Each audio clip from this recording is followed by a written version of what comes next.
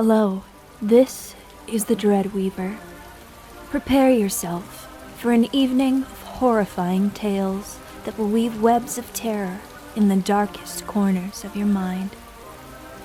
If you're a fan of stories of mystery, true crime, paranormal, or anything that crawls in the shadows just beyond our sight, you've found the right place. This week, we have 10 brand new frightening tales to share with you. If you have a story to share, be sure to reach out via the details listed in the description below. If you like what you hear, don't forget to like, subscribe, and click the bell icon to turn on notifications. All of these actions tell YouTube you want to hear more from us. And with that, let us delve into the darkness.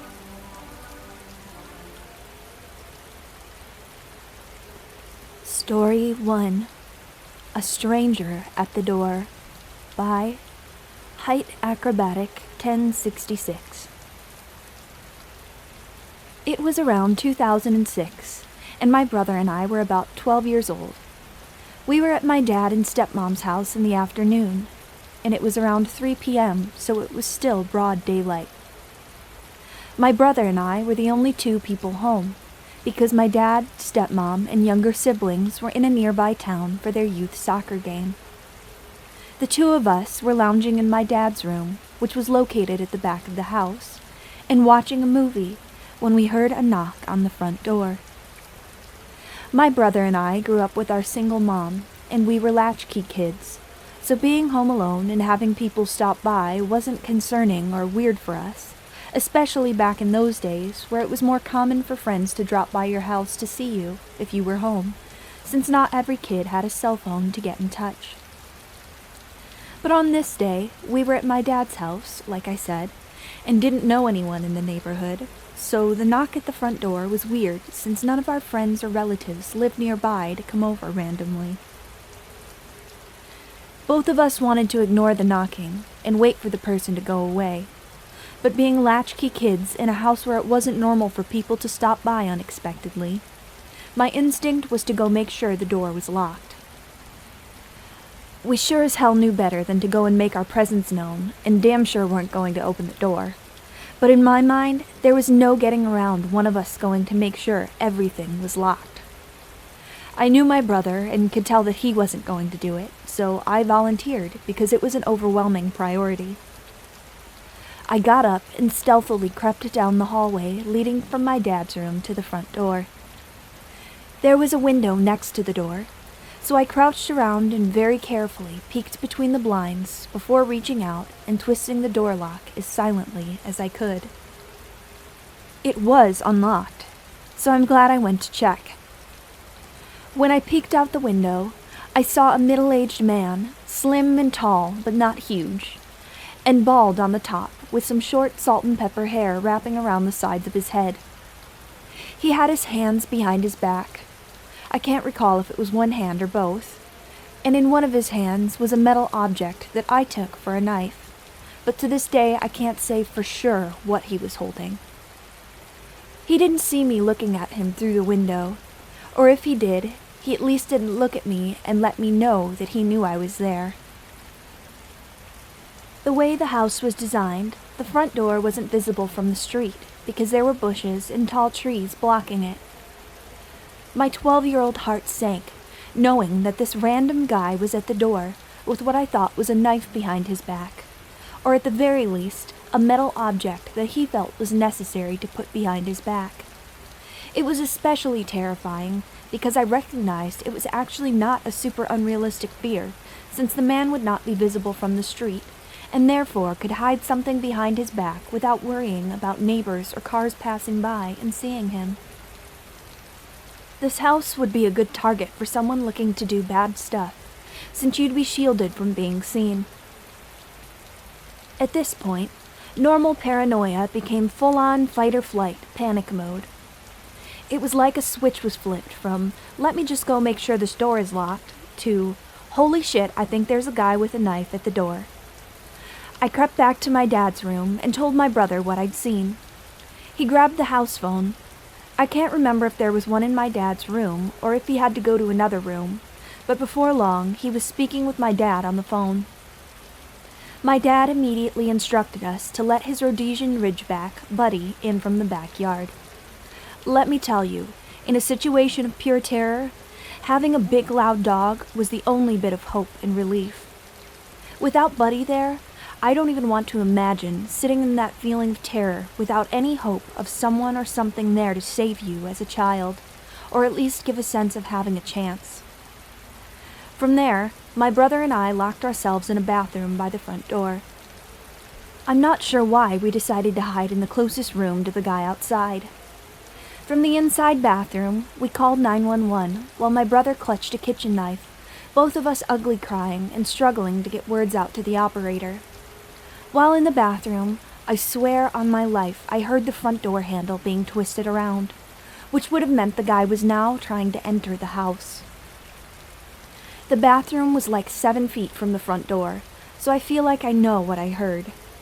I don't know how I could confuse such a specific sound, so I trust that it was what I thought it was. I have such a vivid memory of huddling in that bathroom, feeling truly helpless and out of control of what might happen next, with the only comfort being the noise of Buddy barking at the front door, and knowing that if the guy decided to kick the door down, he'd have to deal with a big dog and then have a knife fight with 2 kids. Needless to say, I was really hoping Buddy would hold it down for us, because I didn't like our odds if the man at the door got past Buddy. Before long, the cops arrived, and shortly after, my dad and stepmom got home too, apparently having jumped in her maroon minivan and doing like 100 miles per hour to make the 15-mile drive back home after we called. The guy was gone by then, and nothing ever came of it. To this day, my dad's theory is that the guy at the door was his neighbor, coming over to complain because apparently Buddy would always bark at the neighbor while he was doing yard work. So my dad thinks the neighbor was trimming bushes, and therefore just happened to have clippers or something in his hands when he came over to complain. Sounds reasonable enough, but I wish I had asked at the time to see the neighbor, because then I could for sure identify him and know what the situation was. Personally, I'm open to my dad's theory, but it always seemed to me that my dad clung to it more for his own comfort, since the alternative would be a parent's nightmare.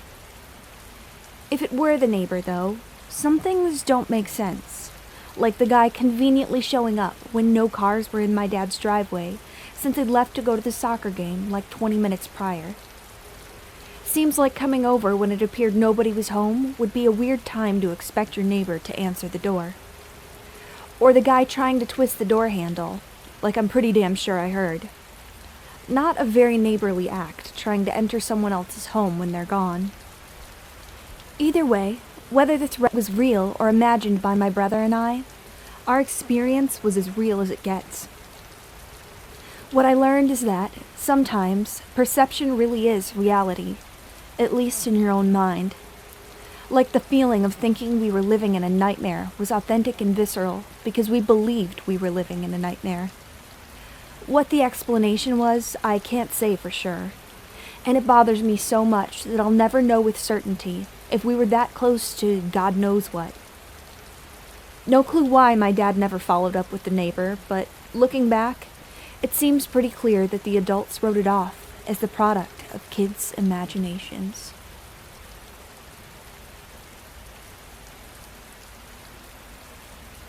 Story 2. A Wholesome Haunting by HiddenInTheMaze. I am 18 years old. When I was 6, my dad died. He was an amazing dad, and when my siblings and I were babies, he was very protective. He was also in the military, and before he went on his last deployment, we made a Build-A-Bear customizable stuffed animal.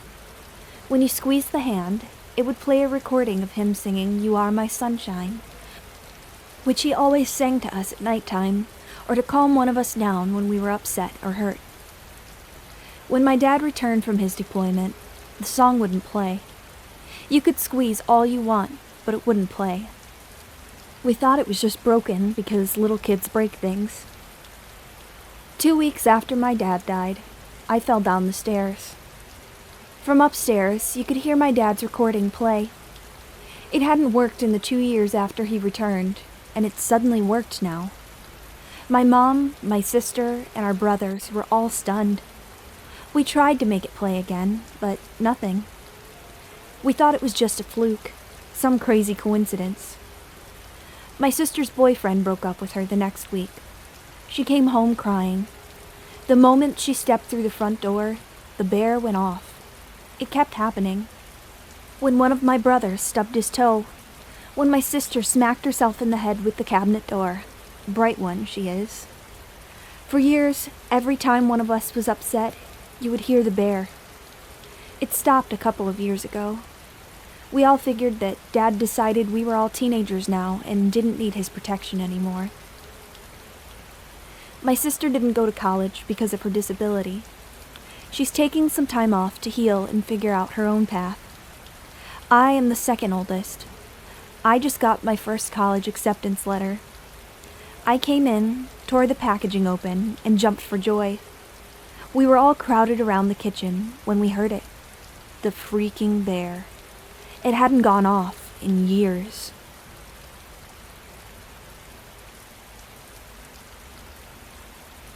Story 3. The stranger that slept beside me. This incident happened when my close family visited the house of my grandmother's sister. The house was notorious for its eerie stories. For example, at midnight, music would start playing out of nowhere, continuing until someone physically went upstairs to turn it off. I didn't want to go, but staying home alone wasn't an option either. So, with a knot in my stomach, I decided to go. The first 2 nights were uneventful, but the house itself was suffocating, creepy. No matter where I went, it always felt like someone's eyes were fixed on me. I chalked it up to nerves, convincing myself I was overthinking. But on the last night, something happened that I can never forget. I decided to go to sleep early in order to catch the morning ferry. I was sharing a room with 2 of my uncles and an aunt, while my parents and grandmother slept in a separate room. It was already cramped, and with their loud snoring, sleep seemed impossible. By 11 p.m., I was still wide awake. My mom's cousin, who had gone to a party earlier that evening, was supposed to return around midnight. I had texted her, asking her to bring food, but she didn't reply. Still, I stayed up, hoping she'd show up soon. I must have drifted off because I suddenly woke up to the sound of footsteps in the hallway. They were slow, deliberate, and grew louder as they approached the room. The door creaked open.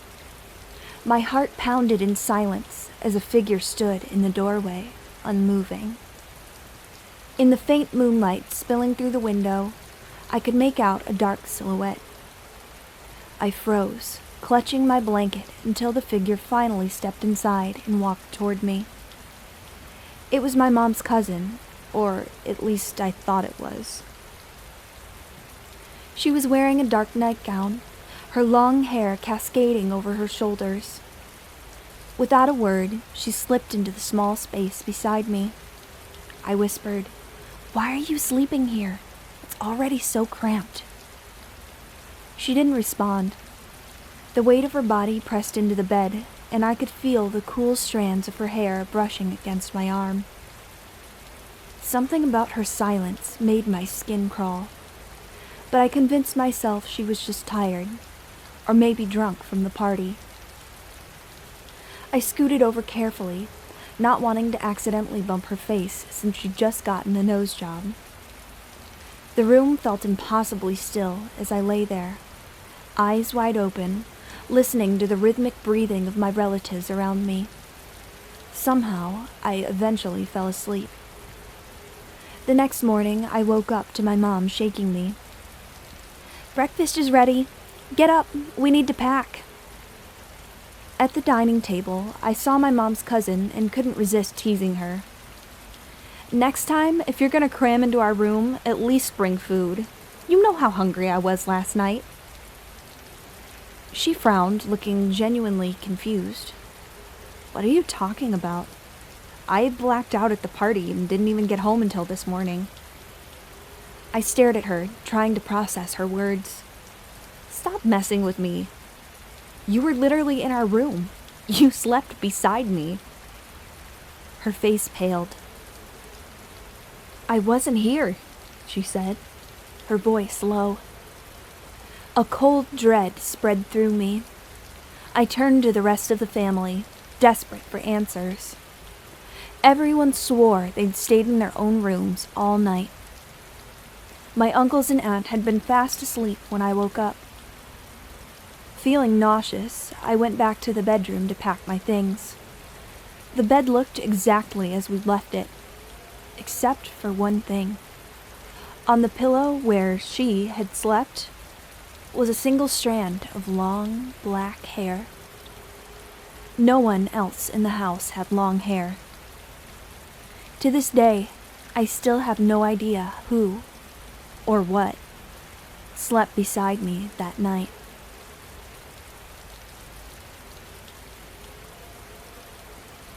Story 4. I Saved My Mother's Life as a Toddler by Crazyturtlemama. When I was a toddler, our mother was getting ready for work, and everything was fine with me. No fuss whatsoever, until she was ready to walk out the door. She said that I suddenly became inconsolable. I was gripping her clothes and wrapping my legs tightly around her while screaming until my face was red, saying, "No, don't go!" She tried everything. My siblings were trying to entertain me, but I just wasn't having it. Being a single mother of 6 in the 1960s with all those mouths to feed, my mother called her work as a last resort, telling them that I came down with something and was very ill. She said that 5 minutes after she hung up the phone, with me still in her arms, I wiggled to get down, saying, "I love you, Mama. You can go to work now. Bye." Just like that. Well, our mother found out after having to make a series of detours to get to work that at the exact spot her car would have been and around the exact moment she would have been there, one of the worst huge car pileups ever at that time occurred on that freeway, killing and injuring a lot of people. I guess I just needed to delay her a little bit. Needless to say, my mother paid a little more attention from then on.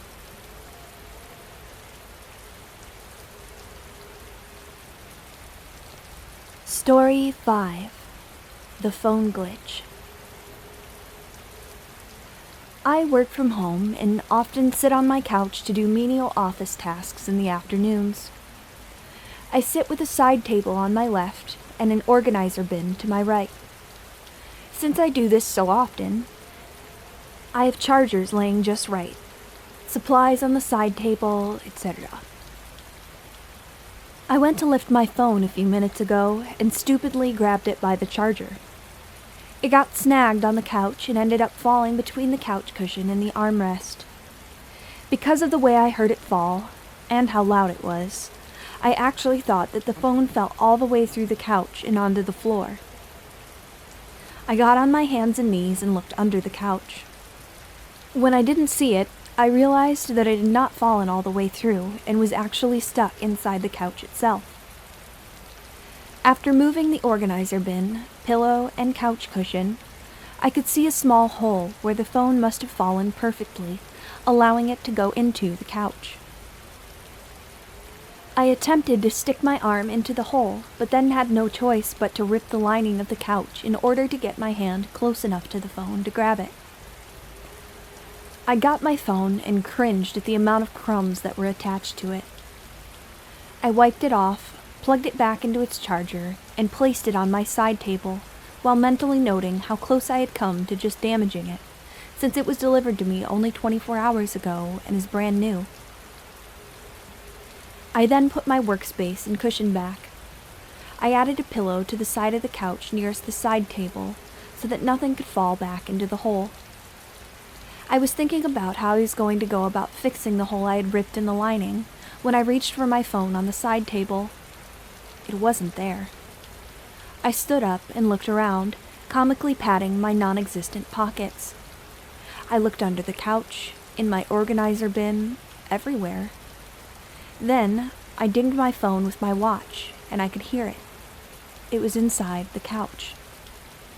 I removed the pillow and cushion and went to reach my hand in the hole in the lining, but I couldn't. The hole wasn't big enough. I had to rip it again. Here's how I know it was a glitch and cannot be explained away. 1. I am home alone. No one could have moved it. But even if I wasn't alone, I hadn't left the room. This all happened within a few moments. 2. I heard it fall through the couch the first time. It was loud and undeniable. I would have heard it fall if it had happened again. There are no sounds in this room except for my dog softly snoring. 3. I plugged it back into its charger after I got it out of the couch the first time. Even if it had somehow fallen, the charger would have been moved, but it wasn't. It was laying just as I had laid it, only it wasn't attached to the phone like it should have been. 4. I had to rip the lining again. It was as though the universe reset by like 2 minutes, and my phone went back into the couch, and then the lining unripped. Update. After I posted the original story last night, I decided to call my adult child to tell them about it. We were laughing in a, well, that's creepy as hell and unexplainable, but it's also super cool kind of way, when I started to say something that has shaken me to my core and has made me question the universe. Yesterday morning, like 12 hours before the glitch, I was taking another of my children to school, and I felt compelled to tell them a story. When I was a teenager, the same exact age as this child, I was in a car crash. A friend had just gotten her license and had lost control on black ice. We slid to the driver's side first, and then she overcorrected, and we slid, nose first, into a ditch on the passenger side. I had, only seconds prior, taken my seatbelt off to grab a piece of gum from her purse in the back seat.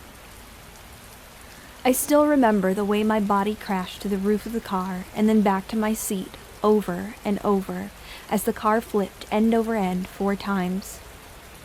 I then remember waking up to her screaming, "Oh my God, I killed my best friend!" I somehow walked away from being ejected out the back window. No one could understand how I was okay. I had minor cuts and bruises, and my ankle was pretty messed up, but I didn't even have to spend the night in a hospital after flying through a window and into a field. Medics and doctors kept saying, "You're the luckiest kid ever. Wear your seatbelt from now on. Blah, blah, blah." My family couldn't believe it, and sobbed when they picked me up from the hospital. But it was more profound than that to me. Something changed in me that never felt the same again. It was as though I felt like I should have died, but didn't. So again, yesterday morning, hours before the glitch, I was telling one of my kids that I hated driving on December 17th every year, but that I couldn't get out of it last night due to commitments we had as a family. I told them I would be extra careful driving, as I always am, especially on the anniversary of the night I should have died. So as I was telling my older son the glitch story, I began to say, "Well, be careful driving tonight. You know what today is, and I'm always skittish on the anniversary of the accident," when I looked at the clock. Ladies and gentlemen, my phone somehow ended up in my couch for a second time, and the lining unripped at the exact time the accident occurred, within a few minutes. The accident was decades ago before cell phones, so I don't have an exact time of the crash. There's a small 10-ish minute window that I know the car crash was in, decades ago. I know that the phone glitch was within that time frame last night. I'm honestly wondering if I jumped timelines back then, and then somehow the universe glitched last night because of it. I'm not scared or freaked out like I would expect to feel. If anything, it's like I feel as though the universe somehow gave me an extra chance at life, and I'm grateful.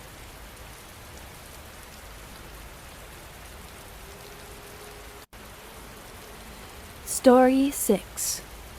Locked in My Granny's Cupboard by Mackie Boy No One. When I was around 7 or 8 years old, I'm 39 now, I was in my granny's house watching TV. It was only me, my gran, and my older cousin in the house. It was a Sunday around 3 p.m. I remember this because every Sunday the football results would be announced on TV, and my cousin would always lay on the floor with a notebook and write them down. Don't ask me why, I don't know. I used to hate when the results were being read out, so I decided to leave my gran's house and head back home. I said bye to my gran, but never said anything to my cousin, as he was busy laying on the floor writing his results down. I walked into the next room, the kitchen, where my gran had a walk-in cupboard where the jackets were kept. I opened the cupboard, saw my green jacket hanging up, stepped inside the cupboard to pull the jacket off the hook, and the door slammed shut behind me, locking me in. In the pitch-black darkness, I fumbled around and grabbed the round door handle, turned and pushed, but nothing. It seemed like someone was on the other side of the door holding it shut. I started to hear a low, deep noise, kind of like those guys that do the throat singing thing. I don't know what it's called. Then a male voice whispered softly in a language that resembled Arabic. At that point, I was screaming, crying, punching, and kicking the door, and it still was not opening. The voice and low sound were still chanting away in the background. I was panicking like crazy, and my heart was beating out of my chest.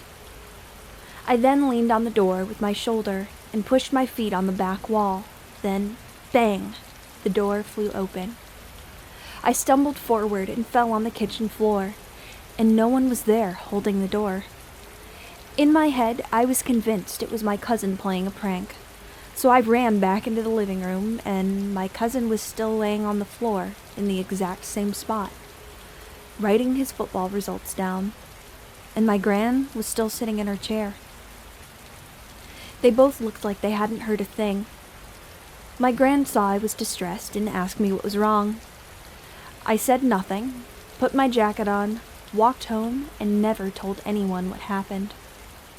For years, this has played in my mind.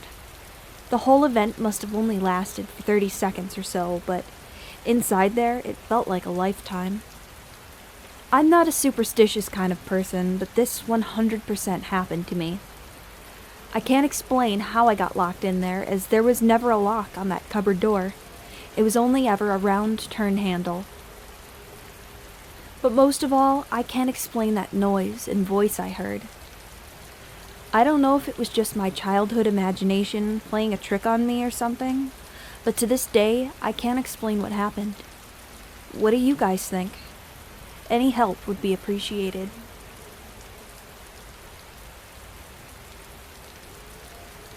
Story 7. The Strange Forest by Riken Joran. In the countryside of Texas, my grandparents owned an 8-acre lot backed up to a heavily wooded area with a creek bed running along the back fence. One summer's eve, around my 8th birthday, my entire family had gathered for a cookout. My cousin Max and I were always running around together, and that day was no different. I decided to head down the creek bed into the woods, as I heard what sounded like a whisper beckoning me to follow deeper in. My cousin happily followed behind me as we walked over a fallen fence line.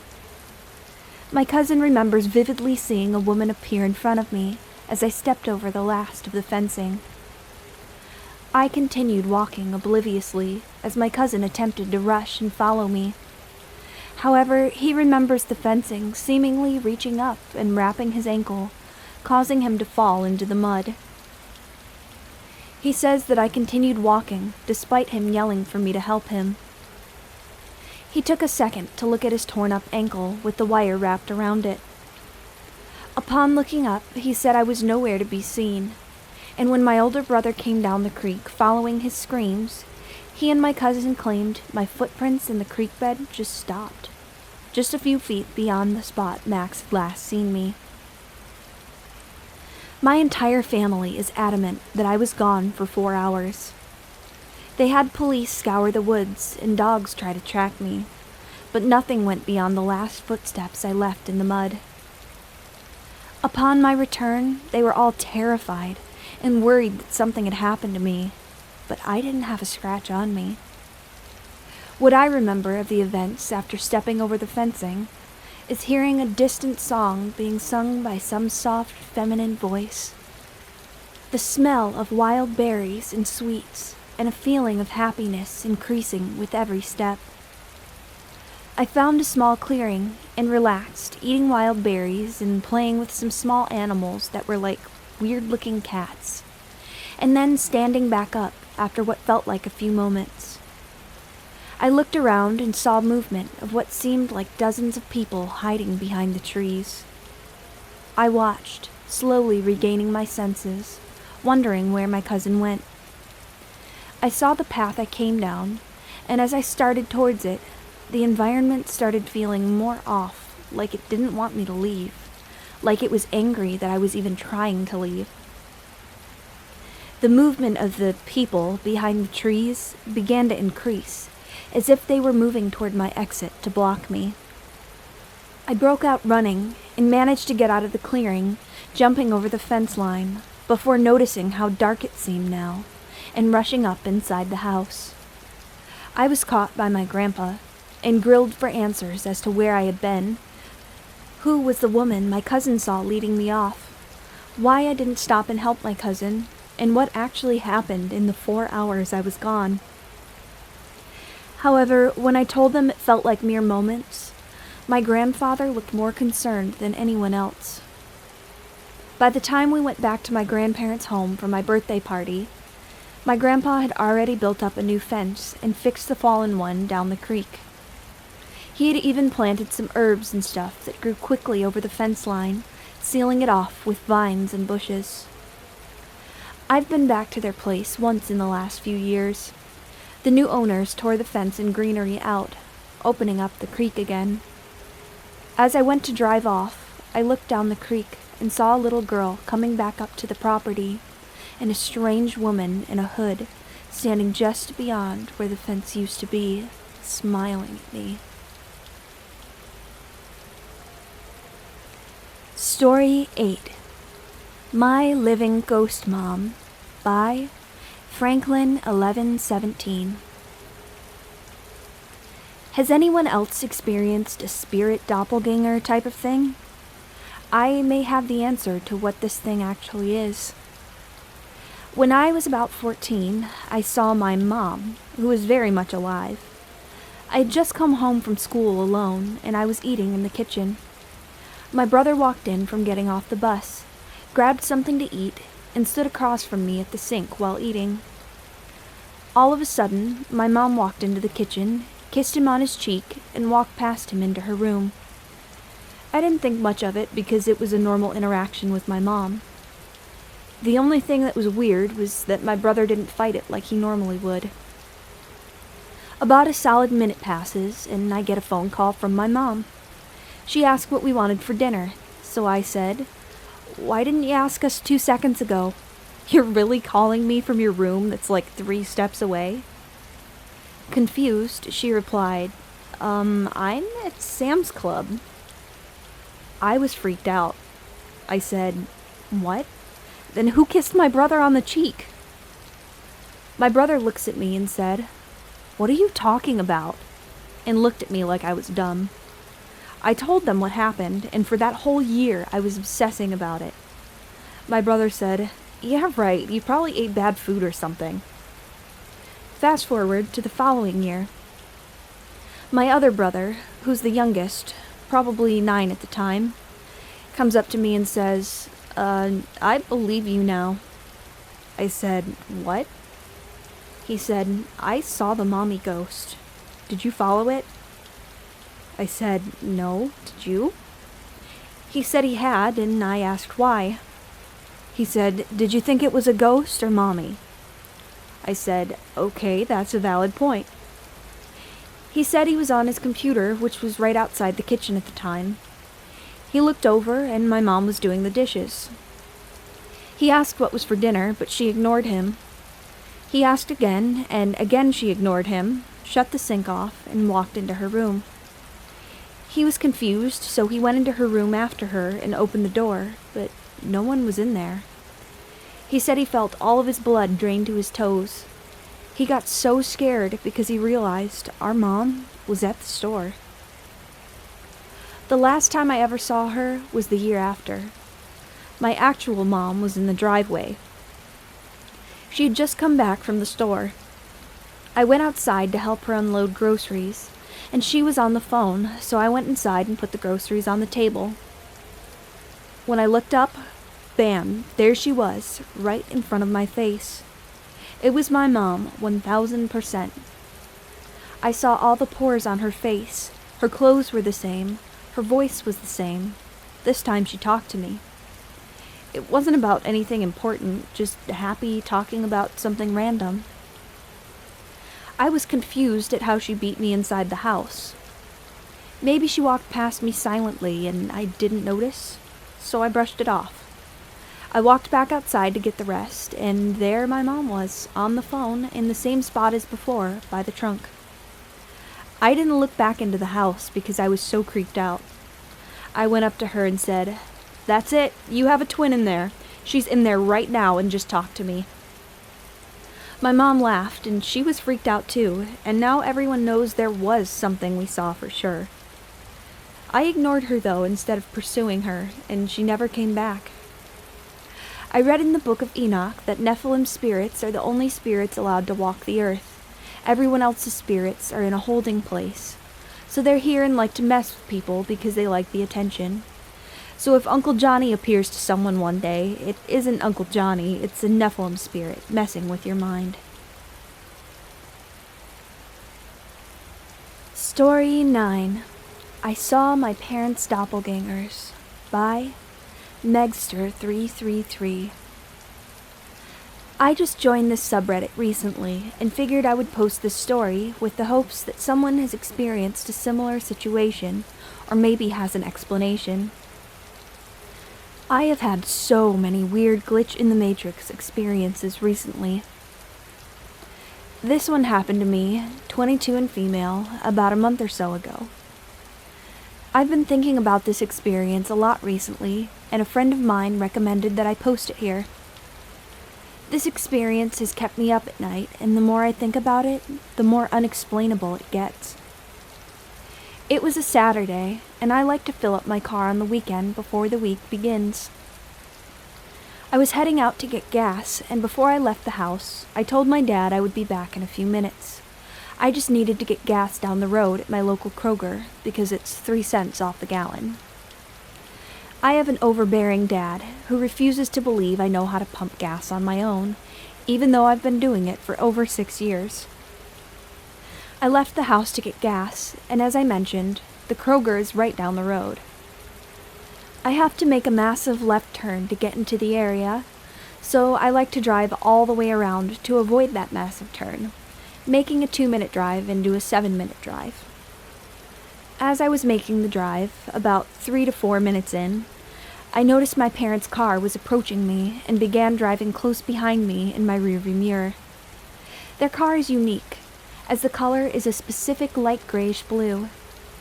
I rolled my eyes and thought, wow, they seriously think I can't get gas on my own and are following me to make sure I can? I approached a stop sign and quickly checked my side view mirror to get a closer look, to make sure it was them. I was very annoyed. In my mirror, I saw it was my parents driving. I know for sure that it was my parents, as I am very familiar with what they look like. There was something off I noticed, though.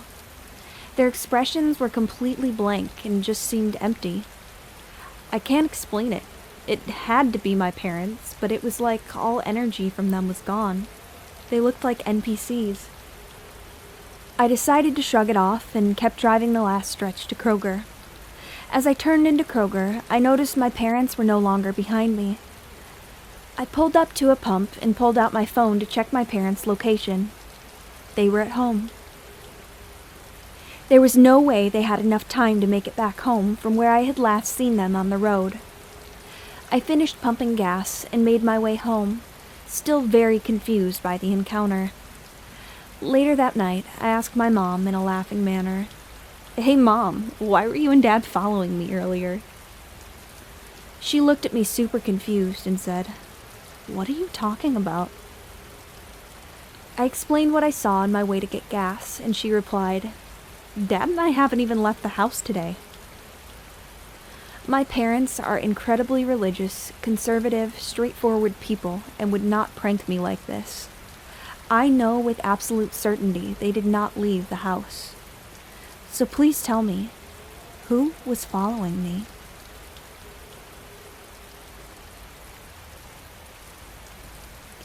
Story 10. I saw him yesterday. Back when I was 12, I went to a private school. I needed to take a long walk to my apartment since the school was a bit far from the city center. This was in Zagreb, Croatia, so I had a lot of public transport options to get home. My usual routine was to get on the bus at the station in front of my school and take it all the way down to the main street, then take a tram to a public park and walk home the rest of the way. Our school had a double timetable, where one week we went to school in the morning, and the other week we had classes in the afternoon. This incident happened during one of my afternoon weeks. I was walking out with a few classmates since we all got on the same bus to the main street. The rest of my classmates were picked up by their parents. When we got on the bus, there were a few empty seats, so I took a seat in front of a balding middle-aged man who was wearing slightly dirty clothes. That was my mistake. As soon as I sat down, he started staring at me with a cold look in his eyes. Feeling uncomfortable, I took a book out of my bag and started reading. I would have used my phone if I could, but it was dead since I forgot to charge it before I left the house that day.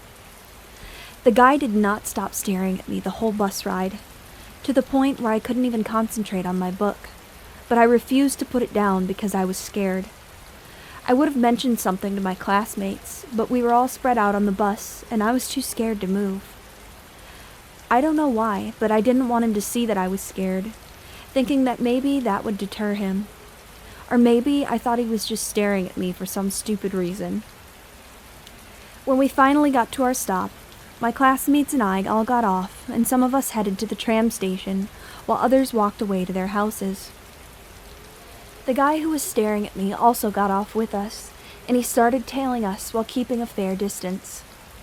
I told one of my friends about this, but urged him not to look back, thinking ignoring him would be the best option. When we got to the station, different people got on different trams, since each of them had a different route. I needed to take the tram number 2, and so did my friend. We waited for it to arrive, and the guy was somewhere to our right. But we refused to look at him. When our tram arrived, my friend and I got on, but so did the creepy guy. When I arrived at my stop, I tried to quietly discuss with my friend if getting off with me just in case was a good idea. But then we saw the guy get off himself first and start heading into the park, opposite of where I needed to go. He probably overheard us talking, since there were barely any people in the tram at that time. It was around 9 p.m., but I didn't think of that, so I thought it had all been a misunderstanding. When I got off and the tram had sped away to the next station, I started walking home. It was a short distance and would have only taken about 5 minutes, but then I noticed someone following me. I immediately knew it was the same guy again, so I picked up my pace and walked to my apartment. As I turned a corner into the alley that housed my apartment, the guy was getting closer. I got to the building and buzzed my mom on the intercom. I wished she would hurry up, but in the end, the guy managed to catch up with me. I could smell the stench coming off from him as he started talking. Hey, how you been, buddy? I saw your dad yesterday, and he told me all about how you were getting on in that new school of yours, he said. And then I immediately knew that he was lying, since my dad had been away on work-related business for months and hadn't returned home in that time once. I didn't know what to do, so I just stood there quietly staring at him. Just then, the door buzzed and unlocked, so I bolted for it. I managed to rush in and start running up the stairs, but he was following behind me, running himself. Never in my life have I felt such an adrenaline rush as I ran up the stairs to the 3rd floor, and I had a backpack with books weighing me down, so I had a disadvantage. But in the end, I managed to arrive at our door where my mom was happily waiting for me. With no warning, I shoved her away from the door as I entered before slamming it shut. Fortunately, the guy had enough common sense not to continue chasing after me. I told my mom what happened, and she called the police. They arrived sometime later, questioning me on how the guy looked and exactly what happened. In the end, they looked at the camera footage, but since it was so dark out and I didn't turn on the indoor building lights as I entered, they weren't able to get a clear view of his face. For 2 weeks, I was too scared to go home alone, so my mom picked me up every day. Until 2 weeks later, when the news said a man was arrested for attempted kidnapping and raping of children, and the face they showed was the exact one I saw that night. I finally breathed a sigh of relief, knowing I was safe for now. But that didn't excuse the fact that I was careless with not charging my phone, and there were still many bad people out there. Everyone, please stay safe out there. To the person who I met, if you ever get released for some ungodly reason, I hope I never see your face again. Thank you for joining me for this episode of The Dreadweaver. I'll be back next week with more terrifying true tales. If you would like to submit a story of your own, head to our subreddit, r/thedreadweaver, or send us an email at thedreadweaver@outlook.com. Don't forget to like, subscribe, share with your friends, and click the bell icon to turn on notifications if you want to hear more.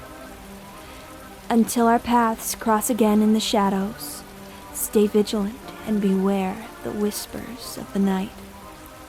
This is the Dreadweaver, signing off.